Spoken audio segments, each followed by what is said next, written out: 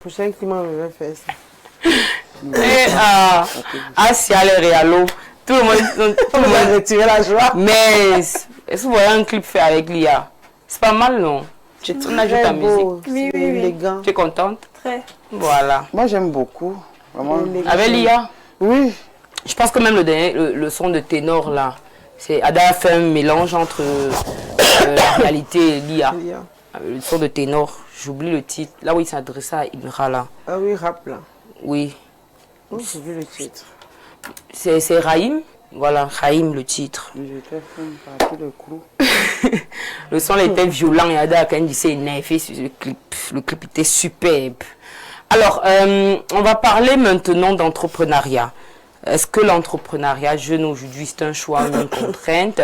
La question est donc sur la table. Nous sommes toutes des jeunes filles, les Camerounais nous regardent, donc forcément, vous allez aussi nous partager vos expériences. Mais toi, Vanessa, tu te dis qu'aujourd'hui, l'entrepreneuriat, c'est par choix que les gens y vont ou alors c'est par contrainte? Alors, l'entrepreneuriat aujourd'hui, c'est une nécessité, c'est une urgence. Même si on ne veut pas, même si on ne veut pas, en réalité, de nos jours, la jeunesse doit entreprendre. On doit favoriser le taux d'emploi et les emplois ne sont pas faciles. Avoir un boulot, bon, après, c'est même pas que les emplois ne sont pas faciles, c'est que les emplois que nous respectons et que nous, on venait, c'est-à-dire les bureaux et autres, ne sont plus très accessibles de nos jours. Et par conséquent, la jeunesse doit bien trouver un moyen pour se nourrir, pour résoudre ses problèmes. Voilà pourquoi il est donc urgent que la jeunesse se mette dans l'entrepreneuriat. Nous devons investir, réfléchir sur les business, qu'est-ce qui peut payer, qu'est-ce qui peut me rapporter 1000 francs, un petit bénéfice de 1000 francs, je peux vendre quoi, je peux produire quoi, je peux. Donc, on n'a pas de choix. Ou encore, c'est même la voie de la réussite. Parce que honnêtement, le bureau n'a jamais rendu riche. Les plus riches même en Occident et partout, c'est les agriculteurs, c'est les éleveurs, c'est les personnes qui sont dans le business. Difficilement on va dire que voilà le gouverneur le plus riche du monde. Parce qu'en réalité, c'est le bureau, c'est le fonctionnariat, ça produit. Parce que ça ne peut pas rendre vraiment riche là. Quand je parle de riche, c'est riche. Donc, entreprenons, on n'a pas de choix, on doit entreprendre.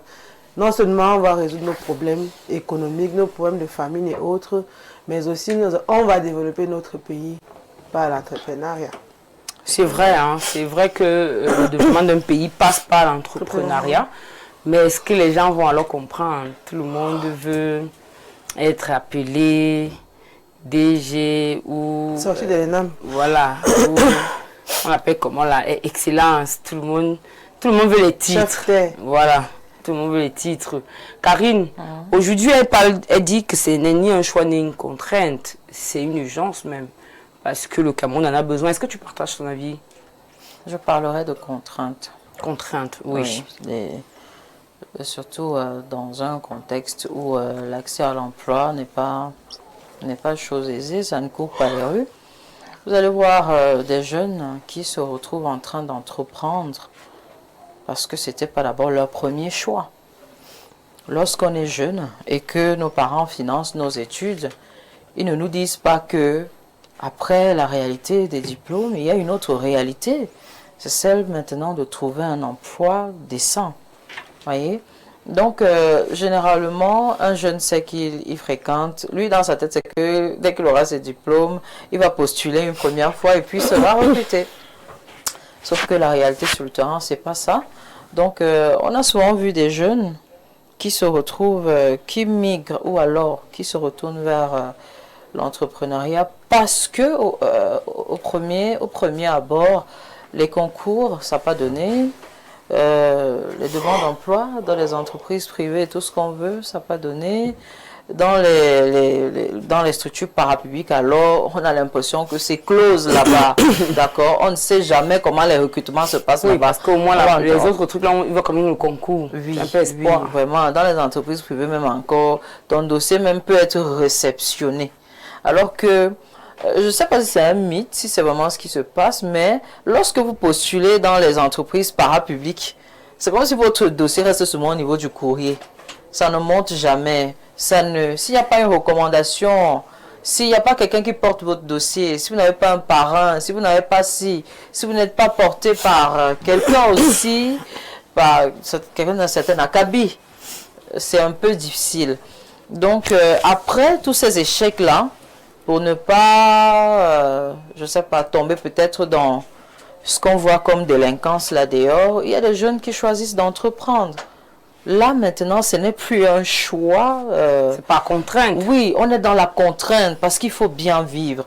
On ne vit plus avec les parents qui assumaient à 100% les charges inhérentes à nous. On se retrouve donc, quand je vais parler de l'entrepreneuriat, vraiment, je vais prendre tous les secteurs. Hein. Je vais prendre, il y a des jeunes qui entreprennent dans l'informel. Je vais beaucoup plus parler de l'informel parce que c'est là-bas que tout commence. Oui, parce qu'il n'y a pas déjà un capital conséquent. Vous allez voir des gens qui vont dans la sauvette parce qu'ils ont peut-être un peu économisé les petits 500 que l'oncle, la tante donnait. Ils se retrouvent peut-être à acheter un paquet de biscuits. Je sais pas moi, ils se baladent avec la vente à la sauvette. Donc l'entrepreneuriat, ce n'est pas seulement ces gens qui ouvrent peut-être des instituts, ces personnes qui sont comme Vanessa, qui portent des productions, des artistes, parce que pour le faire, il faut avoir des moyens. Donc ce n'est pas donné à tout le monde. Donc aujourd'hui, les jeunes sont beaucoup plus contraints d'entreprendre. Parce qu'au premier fait, ce n'était pas leur choix. Les choses n'ont pas marché comme ils auraient voulu. Donc, ils se retournent donc vers l'entrepreneuriat pour ne pas devenir des brigands. Et c'est quelque chose à encourager. Même comme je pense encore que le gouvernement peut encore faire un effort à ce niveau. Parce qu'entreprendre n'est pas facile. Avec tous les aléas qu'il y a dans l'entrepreneuriat et toutes les pertes qu'on a souvent écoutées ou entendues, parce que moi, je n'ai jamais entrepris. C'est vrai qu'à un moment j'ai voulu faire ça, mais seulement c'est pas mon domaine. Moi je salue les entrepreneurs. Il faut vraiment avoir beaucoup de mindset. Il faut vraiment, c'est pas évident. Donc c'est un secteur à encourager et pourquoi pas même à subventionner. Oui, à subventionner parce que les entrepreneurs, blague à part, c'est pas ce qu'on fait dans les bureaux. C'est autre chose, c'est une autre école. C'est pas évident. Donc moi je pense que les jeunes devraient de plus en plus s'intéresser à cela parce que l'administration même est saturée. C'est vrai, hein, l'administration est saturée. À l'école, on te dit que l'État ne peut pas payer tout le monde. Donc, de base, et moi, je crois qu'on doit même, je sais pas moi, inscrire dans les modules d'enseignement ce pan de l'entrepreneuriat. Ça doit être à l'école. Il y a les cours de management, ils n'ont qu'à aller faire ça. Le management, c'est le management, mais l'entrepreneuriat, c'est autre chose. Parce que tu peux être entrepreneur, mais tu n'es pas un bon manager. D'accord? Et tu peux être un bon manager, tu n'es pas entrepreneur. Oui, vous allez voir qu'il y a des chefs d'entreprise. Un bon entrepreneur cumule. Il y a des chefs d'entreprise qui ne sont pas de bons managers. Vraiment, je suis désolée. Donc, parce que, en fait, je veux un peu t'aider. Il y a une différence entre celui-là qui a l'argent. Parce qu'il y a beaucoup d'entrepreneurs, c'est lui qui a l'argent, mais il prend des autres personnes pour développer son entreprise. Justement, c'est pourquoi il s'entoure des personnes. Mais quand tu es seul, dans le cas où tu as donné là, où tu achètes des biscuits, il faut être un bon manager, en dehors d'un bon entrepreneur. Tu gères. Parce que tu cumules. Tu gères d'abord quel capital? Tu as besoin de qui? Tu vas payer qui? Tu vas manager qui? Tu es seul. Non, manager le client. Tu as ton business. Manager le client. Mais quand tu es déjà chef d'entreprise, tu as 1000 têtes que tu dois gérer. Hein? On est dans le management, on est dans l'administration. Si tu n'as pas été à l'école, tu n'as pas fait management, comment tu vas t'en sortir? Ton entreprise va tourner à perte au lieu du contraire. C'est pour ça que vous voyez, les chefs d'entreprise sont tous généralement des gens qui ont fait de hautes et longues études dans ce domaine-là pour être bien entourés et tout et tout. Donc, c'est pas là le débat. Moi, j'étais plutôt sur l'entrepreneuriat. Je pense qu'on devrait inscrire cela dans les programmes scolaires. Peut-être pas dans le bas âge, mais à partir du lycée. Il faut proposer autre chose à la jeunesse. Lorsque quelqu'un en école, en général, il n'aura pas ce cours, Ma fille, elle fait la technique, elle a le coup de marketing, elle a le coup d'économie. Donc, t'inquiète, là-bas, chez eux, c'est donné. Hein. Ils ont le coup là. Ça fait partie des matières. Oui, ça fait partie des matières. Donc, Non, je ne parle pas de marketing, je dis entrepreneuriat. c'est ce que je te dis. Unité On leur d'enseignement, apprend. pourquoi et Ils quoi. ont leur, ils ont Comment un cours, là. encourager l'entrepreneuriat. Regarde, je t'explique. Quels sont les Ils ont un objectifs? cours là qu'ils appellent législation.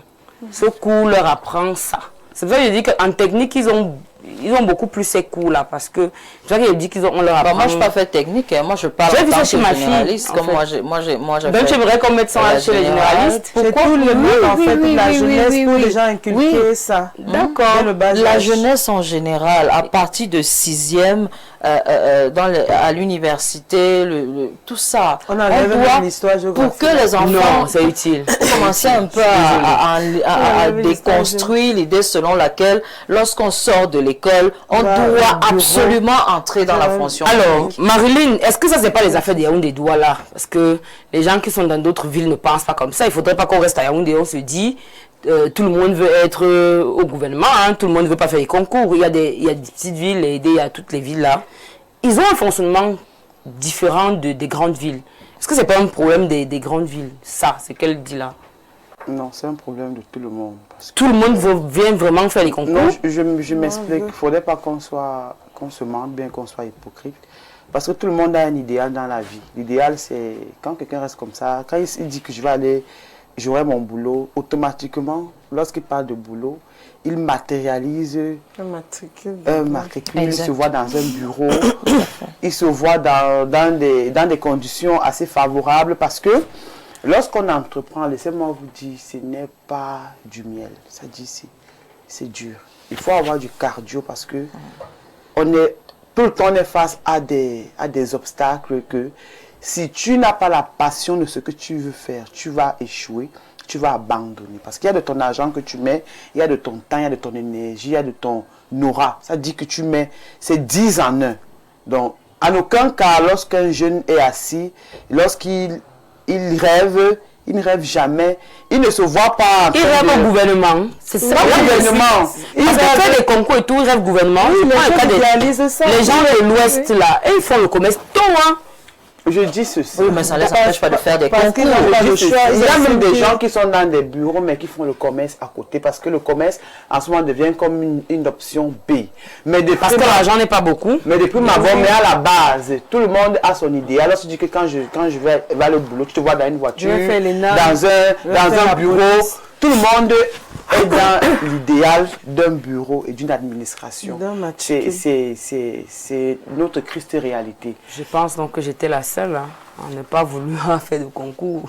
Non, vous Peut-être êtes j'étais la rare. seule au Il y en a, Cameroun. mais vous êtes vraiment rare. Même si, lorsqu'on parle d'un idéal qui est dans l'administration, on ne parle pas forcément. Non, moi je parle plus du côté On ne parle pas concours. forcément de concours, on parle du fait que tu peux finir l'école, tu as eu un bac A, une licence A, tu fais simplement tu fais ton dossier, tu peux déposer, tu attends qu'on Même t'appelle. la CNPS. Oui, c'est-à-dire voilà, que c'est un RTL. idéal. Niveau bas, n'abusez pas. C'est une façon de le rêve C'est une vraiment. façon de Oui. parler que c'est un idéal que les Pourquoi gens... on parle d'idéal? C'est un idéal, c'est un idéal que les gens... Ça c'est même du Quand quelqu'un quand même tu- plus. lorsqu'on matérialise le bien-être professionnellement parlant, on ne se voit pas entreprendre parce qu'entreprendre vient à investir, à mettre de l'argent de côté d'abord. Et lorsqu'on parle d'investissement, que personne ne se voit en train d'investir, soit dans les sucettes d'abord, soit dans Le caramel. soit dans du cul-d'âme, soit dans du caramel. Lorsqu'on parle d'investissement, tout le monde a aussi un autre idéal de qui beauté. il se voit dans quelque chose, dans un grand climatisé. espace, en train de faire même Tu as donné ligne, les ordres, la là. ligne, voilà, en train de payer des employés. Donc, c'est ce que je suis en train de dire. Vous voyez un peu, tout le monde ne se voit pas parce que l'entrepreneuriat, c'est d'abord les finances. On ne se lève pas, on se dit qu'on va entreprendre. C'est pour ça que je vais rejoindre Karine qui a dit, C'est par il va contre- montrer à loi que, oui, déjà à la base, c'est par contrainte que tout le monde entreprend parce que notre rêve devient maintenant inaccessible. Si moi j'ai toujours voulu être à l'école normale, je vais rester comme ça sera compliqué. Alors je me dis que d'attendre que j'ai l'école normale, qu'est-ce que je fais? Mais je commence ma petite vente des mèches ou des huiles en attendant que les choses aillent mieux. positionne. Donc je disais, je la rejoins lorsqu'elle a dit qu'il fallait même des filières. Moi je me dis que lorsqu'on est dans une société comme celle-ci et qu'on observe, que l'observation est assez, qu'on remarque tout, que l'entrepreneuriat maintenant c'est un chemin qui est comme un Eldorado pour certains. Alors on devrait intégrer ça dans nos programmes scolaires, de telle sorte que ceux qui entreprennent ne soient pas butés. Parce que lorsque tu sors de l'école, quand tu fais un concours... Si tu veux entreprendre, de la façon dont le système scolaire est fait, si tu veux entreprendre, tu ne dois pas être en général. Non, je m'explique. Non, je m'explique. Il y a la technique aussi, je suis d'accord. C'est ce que je dis. Je suis d'accord. Mais... La générale, c'est l'administration, hein, quand tu vois le parcours. Mais je ne pense pas que lorsque tu es dans la technique, c'est vrai que tu as déjà tu as l'application, comme on disait à l'école, la pratique. Mais si, tu as déjà la pratique. Mais maintenant, quand tu sors de là, il y a les cours de l'entrepreneuriat. Ça dit, ils ont des cours, c'est ce que j'insiste depuis. Moi j'ai découvert, ils ont des cours dans l'entrepreneuriat. Il y a des cours, il y a des codes que si tu n'as pas. Il y a des cours dans l'entrepreneuriat, c'est ça que les gens... On leur apprend les contrats. C'est ça que les gens ont commencé à... qu'il y a des cours. À faire dans le management, comment devenir. C'est que les gens ont commencé à faire sur le... Ce qu'ils racontent sur le net partout là. Quoi, l'information là? Oui, je dis ceci. Oui. C'est ça que les gens ont commencé à faire sur le net. Il y a le management, les formations pour entreprendre et tout et tout. Alors je dis... les masterclass. Les masterclass et tout et tout. Comme la technique dont maintenant qu'on a pris les devants, c'est une très bonne chose. Moi, je souhaiterais que même l'enseignement général puisse prendre en compte le côté entreprendre. Oui. Je pense qu'on ne peut pas mélanger les systèmes là. Non, on peut mélanger. C'est clair, général. On peut mélanger, non. Général, il faut avoir... Il faut tout demander, adapter. On va juste on adapte.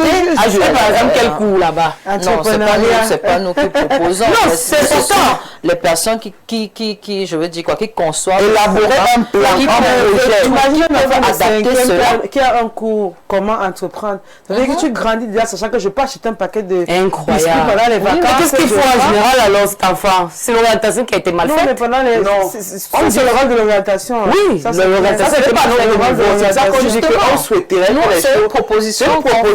C'est pas de penser le reste. Alors, Désiré, toi tu entreprends déjà. Depuis combien de temps? 2 ans déjà. 2 ans déjà. Tu as eu le parcours scolaire, ça s'est passé comment? J'ai eu mon bac en 2023. J'ai commencé à l'université de Ngouaikele.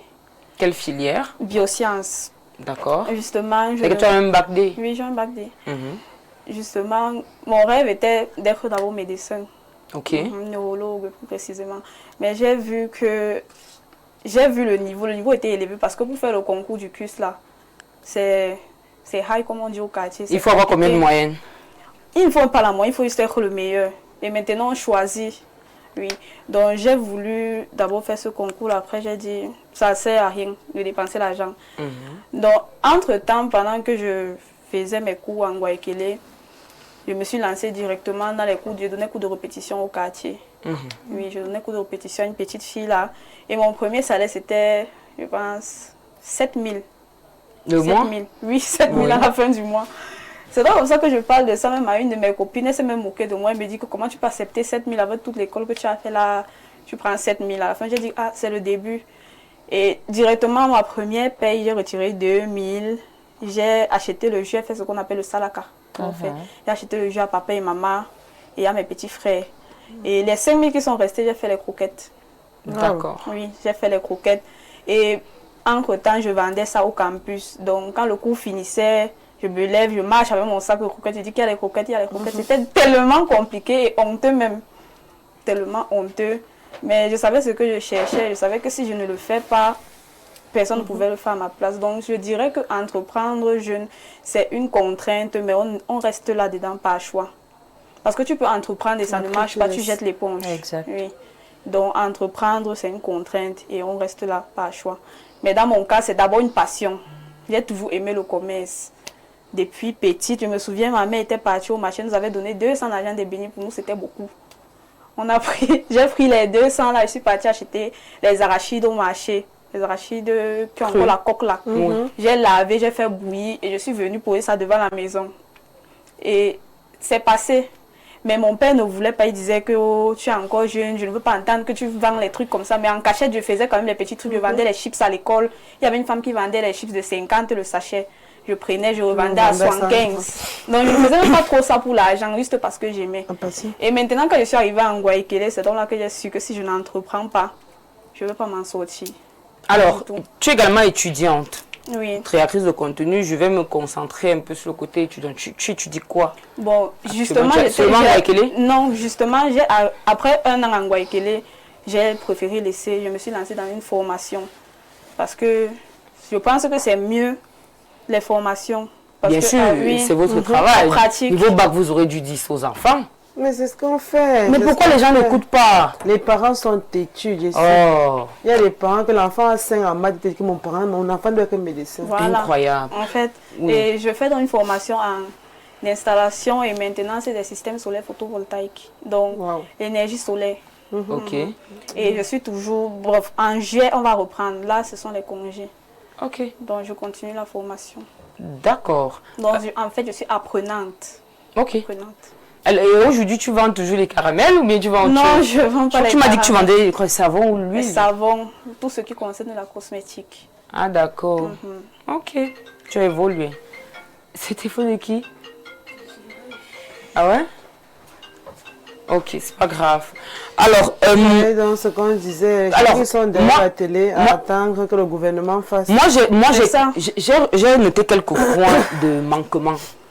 Je pense que le manquement n'est pas au niveau du secondaire pour moi, puisque c'est bien scindé technique et général, et les cours qui vont avec la technique, c'est là, les cours qui vont avec la générale sont placés. Alors, je demandais tout à l'heure pourquoi le conseiller d'orientation n'oriente pas assez les enfants. Ça, c'est une impression que vous avez et c'est le gros problème que nous avons. Parce que je vais l'aider un tout petit peu. Elle veut être médecin. Par exemple, elle voulait être médecin. Il y a un parcours. Il y a un parcours. Parfois, les enfants ne connaissent même pas qu'est-ce qu'il faut. Elle a parlé de l'autre qui avait le bac et qui veut peut-être entrer dans une entreprise. Comment les gens ne connaissent pas qu'il y a un certain niveau, il y a l'école de formation à avoir en plus. Elle l'a l'estique. Pourquoi les gens ne savent? Ils se disent qu'on a le bac. Et puis les journalistes, comment ils font pour le penser? Dans toutes les écoles qu'il y a d'abord les conseillers d'orientation. Voilà, comment ils font pour le penser alors que lorsque tu as le bac, c'est le début de ta vie. Et c'est là que tu penses et tu te formes pour le métier que tu veux faire. Comment sans formation du métier, les enfants rêvent? Ça veut dire que votre rôle n'a pas été fait. Non, le rêve pas d'abord de la personne. Et princesse ici, il y a d'abord le rêve. L'enfant, c'est quoi ses aspirations? Parce que même pour orienter un enfant, on commence par lui demander: tu aimes faire quoi? Tu sais faire quoi? Quel est ton talent? Je peux t'appeler, je te dis, Marilyn, depuis toute petite, on parle avec le parent. Qu'est-ce que l'enfant sait faire? Vous l'avez observé, vous l'avez... C'est pour que même pendant que l'enfant grandit, il faut essayer l'enfant partout. Vous envoyez l'enfant au sport, vous envoyez l'enfant faire des cours de piano. Donc, il faut essayer de... Et même quand vos enfants grandissent, ça se dessine. Effectivement, parce que tu vois, les gars sont obligés de faire les combats, être footballeur. Mais quand il avait 16 ans, 15 ans, pourquoi on voit l'enfant à la maison qui aime faire les flics, elle aime faire les trucs. Ah, maman, je vais chanter. Tu essayes, tu l'envoies un peu tourner là-bas, tu essayes. En grandissant, j'ai par exemple, c'est la dame, je ne vais pas la citer peut-être, mais c'est l'une des plus grandes stylistes actuellement. La petite, elle a fait son collège normalement, sa maman était couturière, déjà en 4e, elle commençait déjà à couper les tissus et tout, elle a fini. Quand elle est arrivée au niveau du bac, elle a payé sa formation, 2 millions chez Classe. Aujourd'hui, elle voyage en avion. Voilà, c'est concret et précis. Elle est styliste. Ça, c'est un travail. On fait donc comment des enfants qui font des flics à la maison? Non, il y a les tu peux le regarder par ça. La femme de Vanistel. J'ai pas envie de dire, mais il y a par exemple l'INGS. Il y a plein de trucs. Il y a les clubs de gym. Je vous ai dit, quand moi j'ai eu le bac, j'ai vu qu'il y avait l'école de DJ, il y a des écoles de... J'ai vu certains trucs que moi je ne connaissais pas. Donc ça veut dire que soit il y a un manque de communication, soit il y a un manque de travaux au niveau des conseillers d'orientation, soit il y a un manque. Mais il y a forcément un manque. Moi quand j'arrive, je vais accuser ça. Tu vas accuser les parents. C'est les parents le premier problème. Pourquoi? Parce que c'est eux. Un établissement peut avoir un conseiller d'orientation. Effectivement, il y a une procédure, comme elle est en train de le dire. On va bien évidemment interroger l'enfant sur ce qu'il aime et tout ce qu'on va avec. Mais le problème avec certains parents qui ont échoué dans leur vie, c'est qu'ils veulent corriger leurs erreurs sur leurs enfants. Sur les enfants. Ce qui fait que le conseiller d'orientation doit parler avec l'enfant. Laisse la partie. Maintenant, quand l'enfant va arriver à la maison, Papa, j'ai parlé avec le conseiller d'orientation. Voilà ce que... le père va dire que non, ce n'est pas ce que je veux pour toi. C'est ce qu'on vit tous les jours. C'est généralement ce à quoi les élèves sont confrontés. Ça veut dire donc que le problème n'est pas peut-être le gouvernement, tout est mis en place.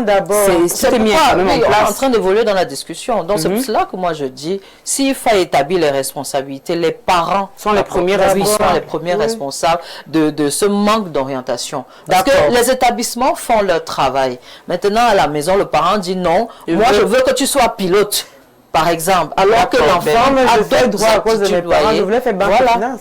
J'ai toujours aimé l'argent. Nous, en entreprise, on a souvent reçu même des stagiaires. Refusé, quand tu interroges l'enfant, tu n'es pas motivé. Oui, après il te dit que non, c'est ma mère qui a dit que je dois faire, si c'est mon père qui journaliste. Tu es journaliste, tu t'es retrouvé journaliste comment et tout. Non, moi je voulais, mais c'est papa qui a dit que, vous voyez un peu, il y a ce problème. Alors, on va prendre quelques messages et puis terminer l'émission. Ben, t'inquiète, je suis avec toi. Bonjour. Comme artistes, mes préférés sont Isamoine, Ténor et Loco. Ils ont monté 3 fois. Bonjour à tous, les DJ fonctionnent en fonction des clients et non en fonction des artistes. Sur 190 des Camerounais aiment la musique extérieure telle que la rumba, etc. Il faut être vrai, réaliste, ne venez pas sur les plateaux jouer au faux jeu. Et après, c'est pas forcé, hein. C'est le travail qui détermine tout, puisque c'est le fan qui paye la facture. Je viens depuis Douala. Attendez, moi j'aime le gouvernement, parce que quand on va sortir la loi, on va te dire que 90% de musique, que tu vous aimez ou pas, c'est une loi et ça se fait dans presque tous les pays, c'est obligé de jouer la musique du pays. Et là, vous allez me dire si vous aimez tout la rumba ou pas. Bonjour, pour ma petite expérience, les jeunes se lancent dans l'entrepreneuriat par contre, le contexte professionnel actuel oblige les jeunes à entreprendre. Moi, par exemple, j'ai une formation en informatique, mais faute de parrainage dans les entreprises parapubliques et privées, car avec mes 23 ans, ils me réclament 5 ans d'expérience sans choix.